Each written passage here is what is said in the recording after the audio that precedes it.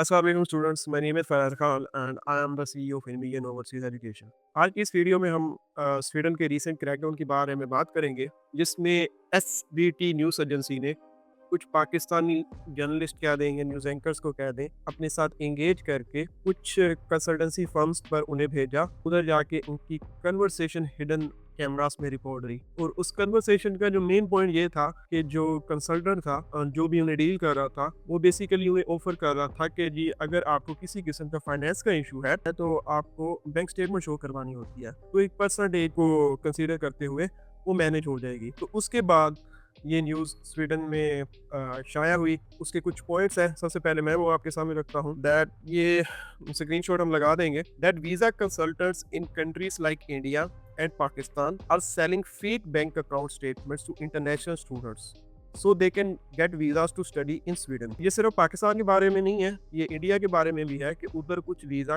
Consultants agents bank statements offer कर रहे थे स्टूडेंट्स को, ताकि वो अपने इस प्रोसेस में पेड स्टेटमेंट के जरिए अपने मामलात को आगे बढ़ा सकें। Secondly, that's according to a report from Swedish public television broadcaster SBT, जैसे कि पहले बताया। There's concern that the students doing this are actually coming to Sweden to work and have no intention of studying। उनके मुताबिक इस तरह के जितने भी स्टूडेंट्स स्वीडन में आ रहे हैं, उनकी इंटेंशन सिर्फ काम को लेकर है और वो स्टडी नहीं करेंगे। पॉइंट नंबर 3 हम डिस्कस करते हैं। माइग्रेशन मिनिस्टर जॉन फोर्सल कहते हैं tells the SBT the government plan to limit how many hours international students can work per week. कि उनके मुताबिक वो अब इस चीज को कंसीडर करेंगे, क्योंकि स्वीडन में करंटली आप अंडर ग्रेड पे जाएं या पोस्ट ग्रेड पर जाएं, आपको किसी किस्म की वर्क की लिमिटेशन नहीं है, जैसे आपको यूके में है, जैसे आपको ऑस्ट्रेलिया में है, या जैसे आपको दूसरी कंट्रीज में है।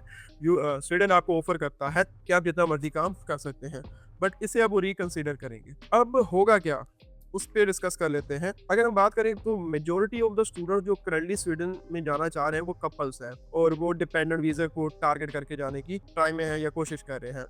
उन्हें अब क्या करना चाहिए? उन्हें बेसिकली एक बात का ख्याल रखना चाहिए कि वो मेक श्योर वो अपनी जेन्युइन बैंक स्टेटमेंट यूज़ करें, क्योंकि इस न्यूज़ के बाद 90% है कि आपकी जो स्टेटमेंट होगी वो वेरीफाई होगी, पहली बात। दूसरी बात, अगर आप किसी किस्म का भी वर्क एक्सपीरियंस या एक्सपीरियंस लेटर अटैच कर रहे हैं, मेक श्योर वो वेरीफाइबल हो। जिस इंस्टीट्यूट का है, किसी भी ऑर्गेनाइजेशन का है, जेन्युइन है, आप उन्हें मेक श्योर करें और उन्हें बताएं कि कल अगर वेरिफिकेशन होती है तो काइंडली उसे वेरीफाई करें। Thirdly, do not rely only on Sweden. सिर्फ स्वीडन पे ही रिलाई ना करें। उसकी बेसिकली सबसे बड़ी वजह यही है कि अगेन आई बिलीव कि 90 to 80% अभी करंटली जिसने भी स्वीडन में अप्लाई किया हुआ है वो डिपेंडेंट्स पे है। तो प्रीवियसली भी हमने ये देखा कि जब इस तरह के मामला बढ़े थे तो डिपेंडेंट्स का भी साथ में इंटरव्यू होना शुरू हो गया था।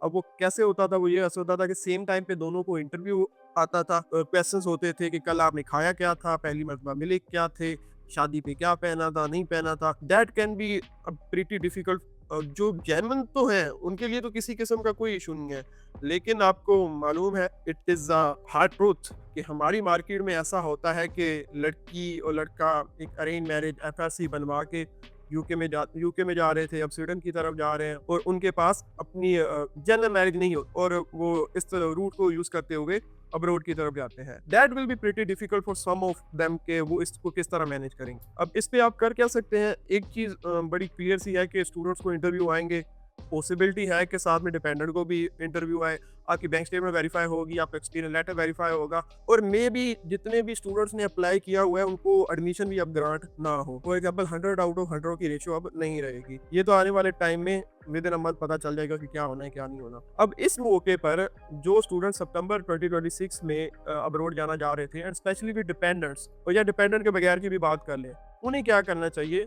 उन्हें बेसिकली ये करना चाहिए कि सिर्फ स्वीडन पे रिलाई नहीं करना चाहिए, अपने ऑप्शन को डाइवर्सिफाई करें। उसमें अगर आप करंटली यूके में जाना चाह रहे हैं तो आपके पास मई जून इनटेक का ऑप्शन है, इवन तो आप सितंबर इनटेक में अप्लाई कर सकते हैं। फिनलैंड की एक यूनिवर्सिटी अभी भी ओपन है, यूनिवर्सिटी ऑफ वासा, उसमें आप एप्लीकेशन कर सकते हैं। तो this is what you have to do अगर आप अपनी इस वीजा जर्नी को स्मूथ बनाना चाहते हैं। अब इस तरह के हर स्टूडेंट को बेसिकली ये करना चाहिए कि अपने ऑप्शंस को डाइवर्सिफाई करें। वो यूके को टारगेट कर सकते हैं, वो फिनलैंड में करंटली इवन दो आप जाना चाहें, डिपेंडेंट को साथ ट्रैवल करवाना चाहें, आपके पास एक यूनिवर्सिटी का ऑप्शन है जो मार्च के एंड तक ओपन है। तो अगर करंटली आप अपने इस प्रोसेस को स्मूथ बनाना चाहते हैं, आपको सिर्फ स्वीडन पे रिलाई नहीं करना चाहिए, आपको ये देखना चाहिए कि अगर आपके पास मई या जून इनटेक में यूके का ऑप्शन है तो आप यूके को कंसीडर कर सकते हैं। इवन दो अगर आप डिपेंडेंट के साथ भी ट्रैवल करना चाहते हैं तो मार्च 13 तक यूनिवर्सिटी ऑफ वासा जो फिनलैंड में लोकेटेड है, आप उसमें अपना एडमिशन सिक्योर कर सकते हैं। फर्दर मोर आप यूके के लिए सितंबर 2026 इनटेक्स की अभी से अपनी प्रिपरेशन स्टार्ट कर सकते हैं। Then ultimately what I want to say कि do not rely on Sweden. जितना आप प्रीवियसली रिलाई कर रहे थे कि जी बड़ा इजी सा सीन होगा, आपका एडमिशन सिक्योर हो जाएगा, आप फीस सबमिट करवाएंगे और आपका वीजा आ जाएगा, there is a possibility, it is not 100%, क्योंकि ये एक न्यूज एजेंसी थी, उसने ये सारा मामला हाईलाइट किया। बट इन चीज़ों की कंसिडरेशन के बाद देयर इज़ अ पॉसिबिलिटी कि अपनी पॉलिसीज़ में वो कुछ ना कुछ चेंज लाएंगे। तो इसके लिए तैयार रहने के लिए आप पहले ही अपने मल्टीपल ऑप्शंस को अपने सामने रखें। अगर आपका इस टॉपिक के रिलेटेड किसी किस्म का कोई क्वेश्चन है तो आप कमेंट बॉक्स में पूछ सकते हैं या हमारे दिए गए नंबर्स पे कॉन्टैक्ट कर सकते हैं। We will try our best कि आपको बेस्ट पॉसिबल वे में रिस्पॉन्स कर सकें। Thank you so much for now.